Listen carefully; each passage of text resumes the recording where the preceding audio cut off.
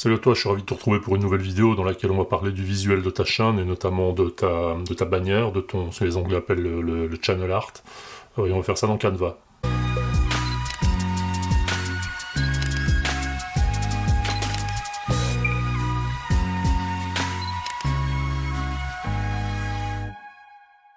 Si tu me suis sur la chaîne, tu sais que j'utilise assez régulièrement Canva pour plein de choses, que ce soit pour les miniatures, que ce soit pour créer des visuels dans mes vidéos, pour ce genre de trucs. Et aujourd'hui, je vais te parler d'un sujet qui t'intéresse si tu as une chaîne YouTube. Ce sont les bannières de chaîne, c'est le visuel que les gens vont voir quand ils vont débarquer sur ta chaîne pour la première fois.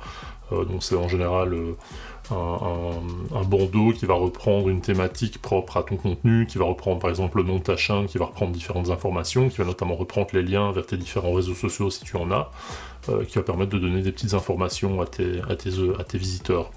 Alors tu peux réaliser ça dans plein de logiciels, style Photoshop, InDesign, voilà, il y en a un paquet. Donc moi je te propose de faire ça dans Canva, parce que c'est un logiciel qui permet de faire énormément de choses sans trop se prendre la tête, comme sur un Photoshop, sur un InDesign ou sur un logiciel vraiment de composition d'images, de création graphique. Canva te propose plein de templates, propose plein de Canva. Et donc tu vas pouvoir utiliser un Canva déjà créé. Alors il y a des petites recommandations que YouTube te donne sur sa page information, et qui sont les suivantes. Ton template doit faire un minimum de 2048 x 1152 pixels, ce qui correspond à un format 16:9. Et tu dois avoir dans cette surface une zone qui est une zone, ce qu'ils appellent la zone safe, donc une zone qui doit être celle dans laquelle ton contenu principal doit vraiment ressortir, qui est de 1235 x 338. Voilà, donc quand tu es dans Canva, tu vois ici la représentation de ce que j'étais en train de te dire, donc ce fameux template de 2048 x 1152, dans lequel tu auras une zone dans laquelle tu vas vraiment venir créer ton visuel. Donc ici j'avais créé des petits éléments, mais c'était juste pour te montrer, donc on va pouvoir retirer tout ce qui se trouve là. Et on se retrouve avec les marges dont je te parlais, et avec lesquelles on va pouvoir travailler dans cette zone-ci principalement. Et dans Canva, ce que tu vas simplement faire, c'est que tu vas pouvoir aller chercher des photos ou simplement des fonds de couleurs que tu vas pouvoir utiliser dans ton écran pour pouvoir créer ton visuel. Donc simplement, tu peux aussi aller voir, pour te donner des idées, si tu tapes YouTube dans les différents modèles, tu vas voir que Canva te propose différents templates qui sont déjà existants, qui correspondent à des formats identiques à celui qu'on est en train de créer, sauf que ceux-là, je pense, sont un peu plus petits. Mais donc tu vois qu'à chaque fois, prendre celui-ci, on retrouve la zone de texte qui est en fait ce qu'on verra sur ton écran d'ordinateur, ta tablette ou ton smartphone, se retrouve chaque fois dans la zone du milieu. Donc tu peux prendre n'importe quelle création de chez Canva. Ils ont toujours respecté cette espèce de code. Tu vois que ça se retrouve chaque fois dans le milieu de ton écran.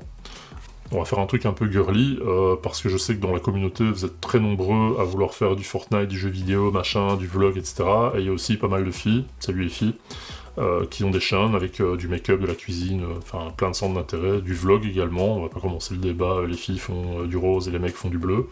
Donc voilà, on va faire un truc un peu différent de ce qu'on fait d'habitude. Donc on va aller voir dans les photos ce qui existe. Là j'avais déjà fait une recherche évidemment parce que je prépare mes contenus, ce que je t'invite à faire. Et donc là on va prendre un visuel qui peut évoquer plein de choses évidemment. Mais là on est sur un ton un peu rose avec des perles, avec voilà ce genre de truc qui peut correspondre à n'importe quel type de chaîne. Et on va pouvoir aller travailler cette photo. On va pouvoir aller par exemple travailler sur le floutage de la photo pour éviter que le texte qu'on va venir greffer dessus soit trop illisible, mais on restera avec une tonalité dans les roses, les tons crème et ce genre de trucs. Donc ça peut très bien correspondre à la thématique. Tu vas pouvoir jouer sur la saturation pour réduire justement la force des teintes. Tu vas pouvoir jouer sur plein de paramètres, donc là c'est vraiment à toi de voir ce que tu veux vraiment faire. Et donc ce que tu vas faire, c'est que tu vas venir ajouter des éléments de texte, des éléments de contenu que tu vas pouvoir créer dans ton banner. Donc par exemple on va prendre ceci et on va appeler cette chaîne, j'en sais rien, on va parler d'un truc de filles, on va parler de... Allez hop, go pour la mode, on va appeler ça vie de dressing. Ça c'est original. Parce que vie de dressing, tu vois. Voilà, et on va pouvoir travailler sur tous les éléments comme on le fait habituellement dans Canva, et on va pouvoir orienter vraiment le texte comme on en a envie. On va pouvoir le centrer d'un côté ou de l'autre, le réduire, on doit toujours faire attention à ce qu'il tienne dans la zone qui est là au milieu. Donc je te rappelle que c'est la zone safe. Voilà, donc on va pouvoir venir placer notre texte dans notre zone safe, parce que c'est celle qui sera affichée aussi bien sur un ordinateur que sur une tablette que sur un smartphone. Voilà, donc une fois que tu as placé ton élément principal, qui est en général le titre de ta chaîne, tu vas pouvoir placer des éléments supplémentaires. Alors petit conseil, évite de placer des éléments dans le coin inférieur droit. Pourquoi? Parce que c'est à cet endroit-là que dans ta chaîne YouTube, tu vas pouvoir aller mettre tes liens vers tes réseaux sociaux, vers par exemple ton site internet, vers ta chaîne Facebook, vers ton compte Twitter, ton compte Instagram, ce genre de trucs. Et donc si ton bas d'écran ici est trop chargé, si le bas de cette zone est trop chargé, tes icônes n'apparaîtront pas et les gens ne pourront évidemment pas les cliquer dessus parce qu'ils ne les verront pas directement. Ça c'est pour la version desktop. Sur le mobile, les liens n'apparaissent pas, mais conseil, évite de trop charger cette zone. En fonction du type de contenu, tu vas pouvoir donner des informations complémentaires aux gens qui vont voir ton banner et qui vont peut-être se demander ce que tu proposes comme contenu.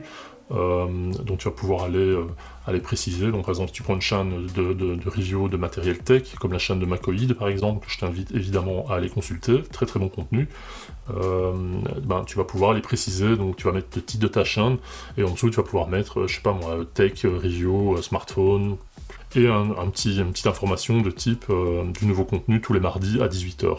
Je pense que c'est ça sur la chaîne de Macoïd. Voilà, une fois que tu as terminé de mettre tous tes éléments, donc ici j'ai vraiment pas mis grand chose, mais c'est pour te donner une idée de ce que tu peux faire avec Canva.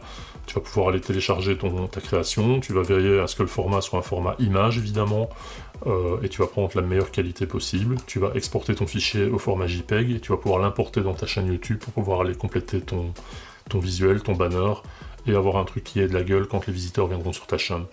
Alors pour charger le visuel que tu viens de créer sur ta chaîne YouTube, tu vas simplement aller dans YouTube Studio. Donc si c'est une chaîne bidon que j'utilise uniquement pour faire des tests, pour ne pas scratcher ma chaîne officielle, et donc simplement tu vas aller dans l'option de personnalisation. La personnalisation c'est tout nouveau, ils ont groupé là-dedans la bande-annonce de ta chaîne, la sélection des vidéos pour tes abonnés, ce qu'ils appellent le branding, donc c'est le petit visuel que tu vas aller placer en bas à droite de tes vidéos pour que les gens puissent cliquer dessus pour s'abonner. Tu vois le petit FB là dans le fond, et bien je t'invite simplement à cliquer dessus si t'es pas déjà abonné, à t'abonner si t'es pas déjà abonné, et activer les notifications si t'as pas encore activé les notifications. Ça tu peux le faire même si t'es déjà abonné. Et donc une fois que tu as ton image de bannière, tu vas simplement venir ici, tu vas cliquer sur modifier. La première fois que tu le feras, il sera peut-être simplement indiqué ajouter ou importer. Une fois que tu as importé ton contenu, tu vois que ce qui est visible sur tous les appareils, c'est la fameuse safe zone qu'on a créée dans le template. Sur un téléviseur, tu verras tout ça, et sur un ordinateur, tu verras également les parties latérales qu'on n'a pas complétées, mais on aurait très bien pu le faire. Encore une fois, si tu prends ma chaîne, tu verras que sur le côté, sur l'ordinateur, il y a des éléments que tu ne verras pas sur ton téléphone. C'est exactement le même principe. Donc, une fois que tu as terminé ça, tu verras ici que ta bannière sera adaptée et que elle sera disponible sur les différents types de supports. Une fois que tu as terminé, tu vas simplement cliquer sur publier et ta bannière sera modifiée. Alors dernier conseil, dans ta bannière, essaye toujours d'avoir un contenu qui soit cohérent avec ce que tu proposes sur ta chaîne. Il y a plein de gens qui ont fait du Minecraft, qui sont passés à d'autres jeux.